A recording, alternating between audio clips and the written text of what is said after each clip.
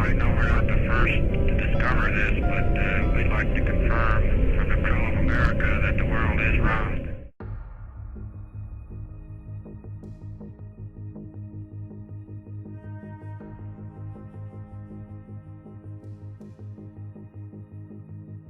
Why do people think the Earth is flat? Throughout the ages, as the human mind developed, many great minds tried to answer the most mind-numbing question: what does the Earth actually look like? In early Egyptian and Mesopotamian thought, the world was portrayed as being a flat disk floating in the ocean. The Earth's circumference was first determined around 240 BC by Eratosthenes. Around 330 BC, Aristotle maintained the theory on the basis of physical theory and observational evidence that the Earth was spherical. By the 2nd century, Ptolemy had derived maps from a globe and developed a system of latitude and longitude. His Almagest was written in Greek and only translated into Latin in the 11th century from Arabic translations. When Roman civilization ended, Western Europe entered the Middle Ages with great difficulties that affected the continent's intellectual production. Most scientific classical antiquity were now gone, leaving only simplified summaries of past knowledge and events. Medieval Christian writers in the early Middle Ages felt little inspiration to assume flatness of the Earth, even though their impressions in the writings of Ptolemy and Aristotle were like a haze of gloom. By the 11th century, Europe had learned of Islamic astronomy. The Renaissance sparked an intellectual revitalization of Europe with strong philosophical and scientific roots, and increased interest in natural philosophy and astronomy. The shape of the Earth was not only discussed in scholarly works written in Latin, it was also written in vernacular languages, or dialects intended for wider audiences. So by this point in time, the flat Earth theory was truly put to bed for at least 600 years or so. Then, all of a sudden in the 19th century, a historical myth came to light which states that during the Middle Ages it was deliberately taught that the Earth was round to hide the fact that it was indeed flat. Could this have been one of the first modern social experiments that just got out of hand? An early supporter of this myth was the American writer Washington Irving, who maintained that Christopher Columbus had to overcome the opposition of the church to gain sponsorship for his voyage of exploration. Later significant supporters of this view are John William Draper and Andrew Dickinson White, who used it as a major factor in their support of the theory that there has been a long-lasting and essential conflict between science and religion.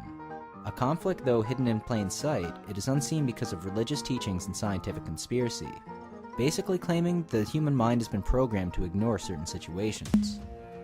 In the modern era, belief in a flat Earth has been expressed by isolated individual fanatics and groups, but no scientists of note. English writer Samuel Rowbotham produced a pamphlet called The Zetetic Astronomy in 1849, arguing for a flat Earth, and published the results of many experiments that tested the curvatures of water over a long drainage ditch, followed by another called The Inconsistency of Modern Astronomy. Rowbotham also produced studies that claimed to show that the effects of ships disappearing below the horizon could be explained by the laws of perspective in relation to the human eye. In 1883, he founded Zetetic societies in England and New York, to which he shipped thousands of copies of Zetetic Astronomy. In 1956, Samuel Shenton set up the International Flat Earth Research Society, better known as the Flat Earth Society in the UK. This was just before the Soviet Union launched the first artificial satellite into orbit, Sputnik 1. Would sailing around the Isle of Wight prove that it were spherical? It is just the same for that satellite, he said. His main goal was to reach young people before they were convinced about the Earth being round. Despite plenty of publicity, the space race ended Shenton's support in Britain until 1967, when he started to become famous due to the Apollo program. He got plenty of attention, but his health suffered as his operation remained essentially a one-man show until he died in 1971. Upon hearing of Shenton's death, Charles K. Johnson, a correspondent from California, incorporated the Flat Earth Society and steadily built up the membership to about 5,000 strong. He spent decades examining previous studies of flat and round Earth theories and proposed evidence of a conspiracy against flat Earth. The idea of a spinning globe is only a conspiracy of error that Moses, Columbus, and FDR all fought, he said. His article was published in the magazine Science Digest during 1980. He goes on to state, if Earth is a sphere, the surface of a large body of water must be curved. He checked the surfaces of Lake Tahoe and the Salton Sea without detecting any curvature. The society became non-existent during the 1990s until it was revived as a website in 2004 by Daniel Shenton. No relation to Samuel Shenton, funny enough. He states that no one has provided proof that the world is not flat. While rubbishing thousands of examples of solid evidence that Earth is just like all the other planets in the solar system, Flat Earth theorists enjoy a scribbled list of propositions that most people think are hilarious. The common belief is that Earth is a disk with the Arctic Circle in the center, and Antarctica a 300-foot tall wall of ice around the edge. NASA and Roscosmos scared this ice wall to prevent people from climbing over and falling off. Earth's day and night cycle is explained that the sun and moon are spheres measuring 32 miles that move in circles 3,000 miles above the plane of the Earth, like giant spotlights. These celestial bodies illuminate different portions of the planet on a 24-hour cycle. Oh, and did we mention that there also must be an invisible anti-moon that obscures the moon during lunar eclipses lurking somewhere? An evil twin of the visible moon. And they go on to state, wait for it, Earth's gravity is an illusion. Objects do not accelerate downward, instead the disk that we're all on accelerates upward at 32 feet per second, driven up by a force called dark energy. Not hard to believe at all, right?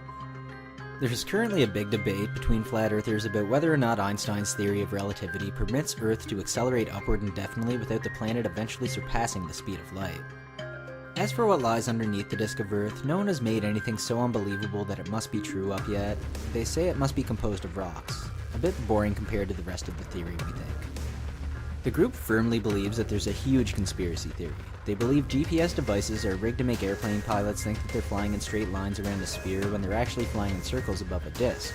They also fail to explain why the shape of Mother Earth has been hidden for what would be thousands of years, and they simply say that it's a power thing. As amazing as their belief system seems, it doesn't really surprise experts. Karen Douglas, a psychologist at the University of Kent in the UK who studies the psychology of conspiracy theories, says flat earthers' beliefs are in line with other conspiracy theories she's studied. She said, all conspiracy theories share a basic thrust. They present an alternate theory about an important issue or event, and construct a vague explanation for why someone is covering up that true version of events. One of the major points of appeal is that someone will explain a big event, but often without going into details. A lot of the power lies in the fact that they're vague in the first place, leaving people compelled to ask for more information, and when they find none, they make it up and it spreads like mass hysteria. These theorists are more adamant that the Earth is flat than most people are that the Earth is round, probably because most of us feel that the case has been long closed on the subject. If you're faced with a minority viewpoint that is put forth in an intelligent, seemingly well-informed way, and when the facts don't deviate from the strong opinions they have, they can be very influential. It's called minority influence. Many people are willing to believe many ideas that are directly in contradiction to a dominant cultural narrative.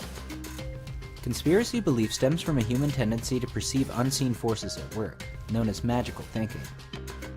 A staggering and increasing amount of people worldwide are passionate about the idea of the Earth being flat, but are most of them serious in their beliefs? Some of their suggestions seem plausible, but we find it hard to grasp the idea that the Earth is not round. Could there really still be a case to answer? What do you guys think? Is the Earth flat or is it round? Thanks for watching, and remember, the ways at which we arrive at knowledge are hardly less wonderful than the discovery of these things themselves.